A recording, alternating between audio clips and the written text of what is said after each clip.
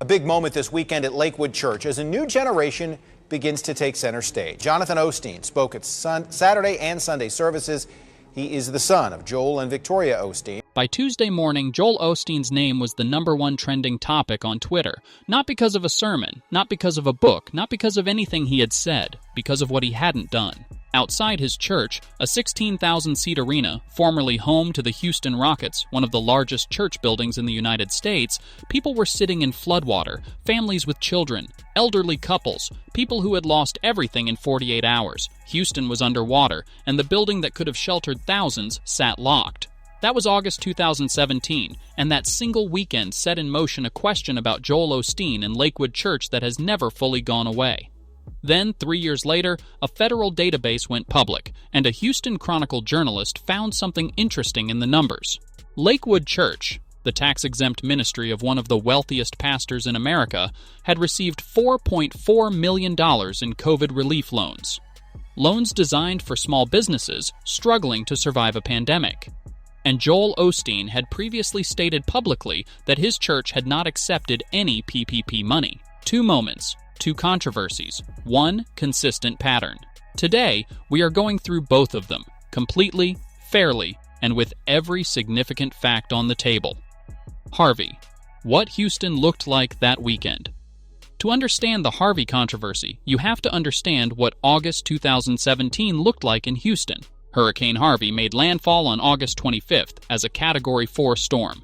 Over the following days, it stalled over the Houston metro area and dumped more than 60 inches of rain in some locations, the highest rainfall total ever recorded from a tropical cyclone in United States history. Tens of thousands of people were displaced. The George R. Brown Convention Center, the city's largest emergency shelter, was overwhelmed. Within hours, people were being rescued from rooftops by boat. The images coming out of Houston looked like something from a disaster film, except they were real and happening in the fourth largest city in America. Into this context, people began looking around at what resources existed in Houston that could absorb large numbers of displaced people. Lakewood Church was an obvious answer. The building, originally constructed as the Compaq Center, the former home of the NBA's Houston Rockets, seats 16,000 people. It sits on significant grounds. It is one of the most recognizable structures in the city. It had hosted events of extraordinary scale for years under Osteen's ministry. On Sunday, August 27th, as the flooding was at its worst, Lakewood posted on Facebook that the church was closed and that its building was inaccessible due to severe flooding. The post directed people to other shelters around the Houston area. The social media firestorm. The response on social media was immediate and intense. People began posting photographs taken in the vicinity of the church, showing dry streets and a building that appeared accessible. The images spread rapidly. The contrast, a 16,000-seat arena apparently sitting empty and locked while families waded through floodwater seeking shelter, became the visual shorthand for a much larger argument about the prosperity gospel, the responsibilities of wealthy institutions, and what Christian service actually looks like in practice. The criticism increased significantly after it became known that Osteen's Twitter account had begun blocking people who asked why the church was not opening its doors. That detail, when it spread, accelerated the backlash considerably. A Lakewood Church Facebook post directed people displaced by the storm to shelters in the Houston area, stating the building was inaccessible due to severe flooding. Critics questioned the flooding claim and called on Lakewood to open its doors to Harvey victims.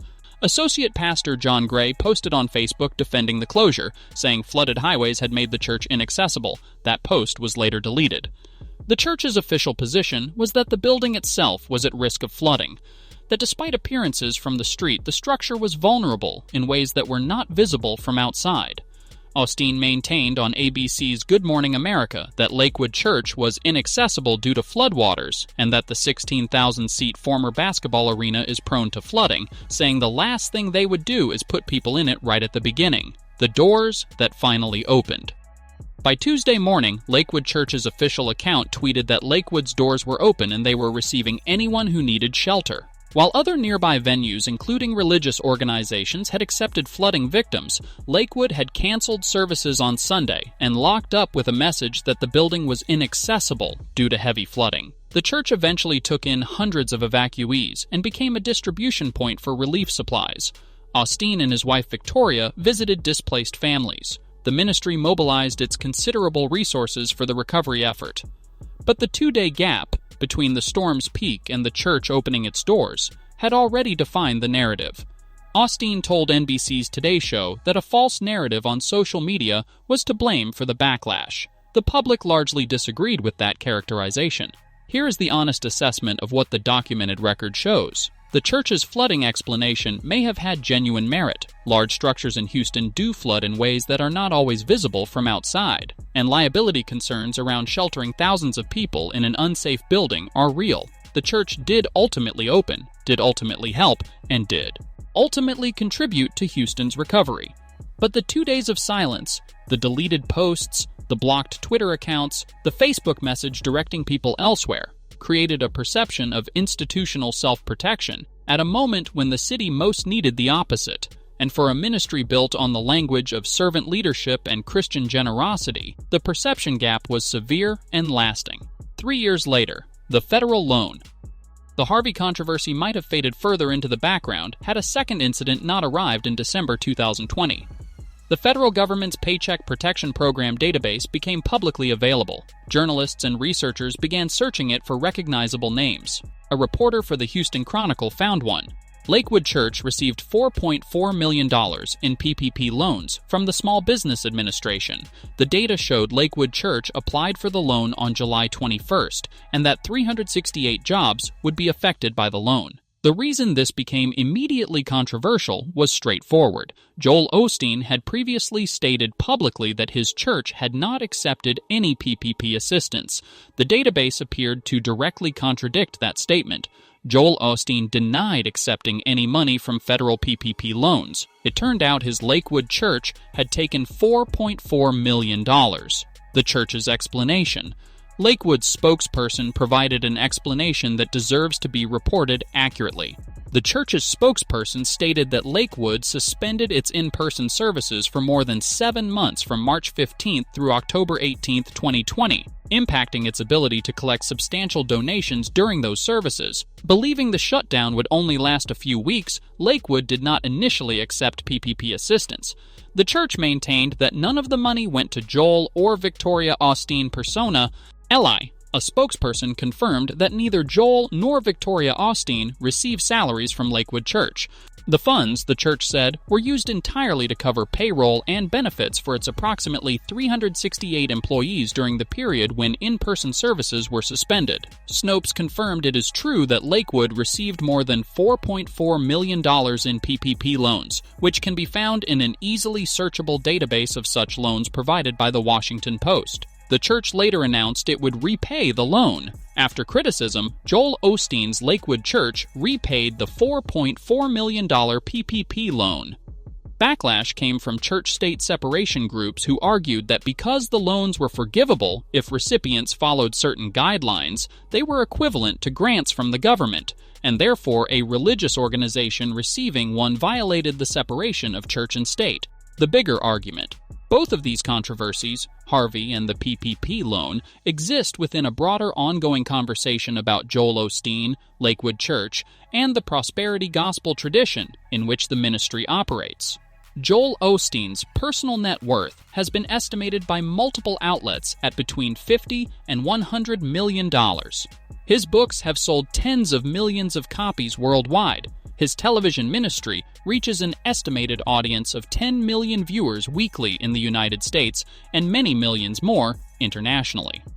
The Lakewood Church building, purchased from the city of Houston for approximately $7.5 million in 2003, has been estimated to be worth considerably more following its renovation. The church does not file a Form 990, the standard financial disclosure document required of most nonprofit organizations, because it classifies itself as a church, which exempts it from that requirement under IRS rules. That means the public cannot independently verify from standard filings how Lakewood's finances are structured or how its considerable revenues are allocated.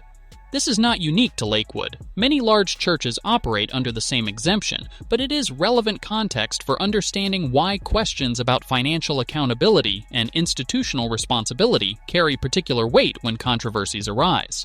The prosperity gospel, the theological framework that ties financial blessing to faith and generosity, has been the subject of sustained theological critique from within evangelical Christianity itself for decades.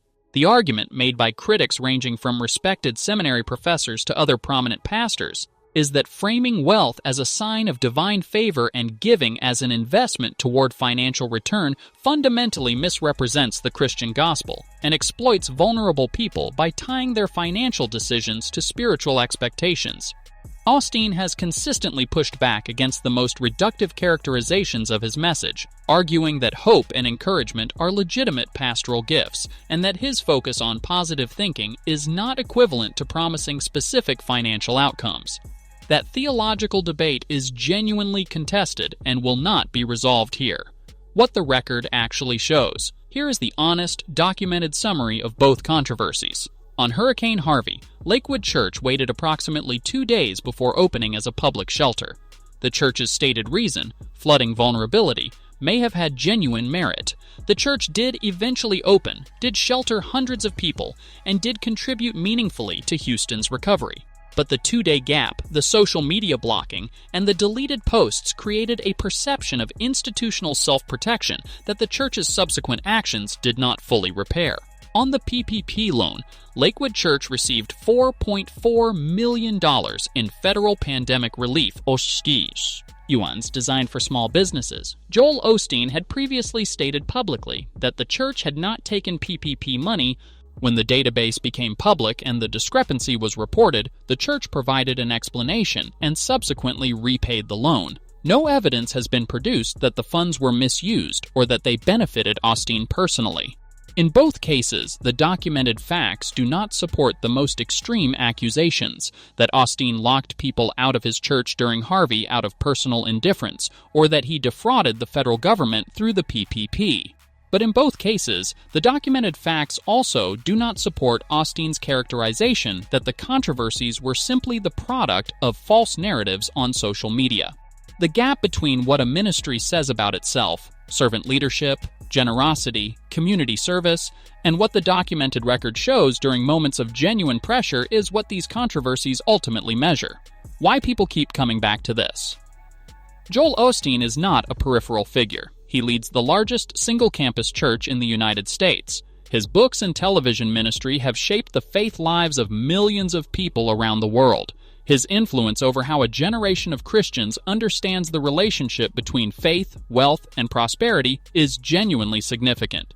That scale of influence comes with a proportionate level of accountability, and the questions that Harvey and the PPP loan raised are not, at their core, questions about one man or one church. They are questions about what institutions that claim to serve the public good actually do when the cost of service becomes real. When 60 inches of rain falls on your city and 16,000 seats sit empty, that is a test. When a federal database reveals a loan your pastor said was not taken, that is a test.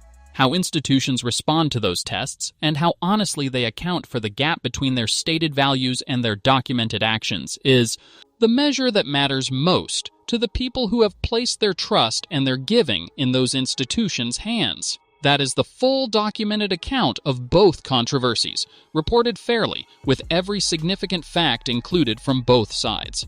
Here is what I want to know from you.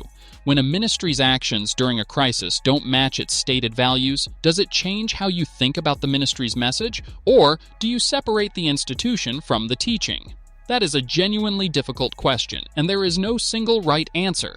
Drop your honest take in the comments. This community handles these conversations with more nuance than almost anywhere else online.